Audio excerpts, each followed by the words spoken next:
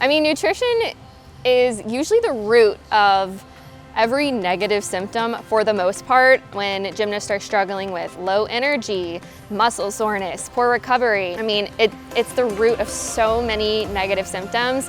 So it's extremely important and vital that gymnasts are not only fueling well for performance, but health in general, because gymnastics is not forever and nutrition is. Here we go.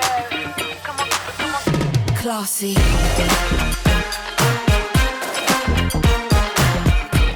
I'm classy. Hi, I'm Taylor Krippner. I'm a former elite and collegiate gymnast from Auburn University, and I'm now a registered dietitian specializing in nutrition for gymnasts. I've always loved nutrition. I mean, growing up, I was constantly Googling, like, what's good for you? What should I be having for gymnastics?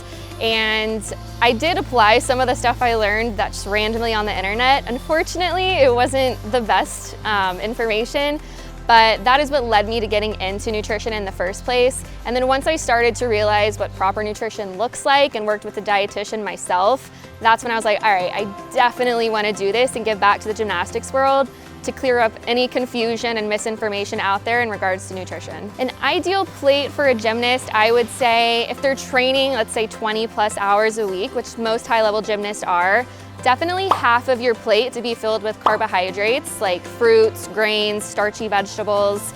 A quarter of your plate, some lean protein like turkey, chicken, fish. And then the other quarter of the plate, make sure there's color involved. And that just basically means any fruit or vegetable. Top 3 favorite snacks for energy, I would say is probably a banana, applesauce, and then honey. A really good pre-meet meal is gonna be carbohydrates, half of your plate. So let's say it's like an earlier competition, then maybe that looks like a couple pancakes and a banana, and then some lean protein as well. So maybe some scrambled eggs, and then making sure that there's color in there as well. So maybe some berries on top of the pancakes. After practice, I almost 100% recommend chocolate milk if you're able to have milk. It's a great recovery snack because it's a carb, protein, and fluid all in one. The carb is from the chocolatey syrup, so the sugary portion. The protein is the milk, and then chocolate milk itself is the fluid. So that's my #1 recovery snack recommendation. I would say the #1 myth that I hear from gymnasts or gymnast parents is that sports drinks have too much sugar.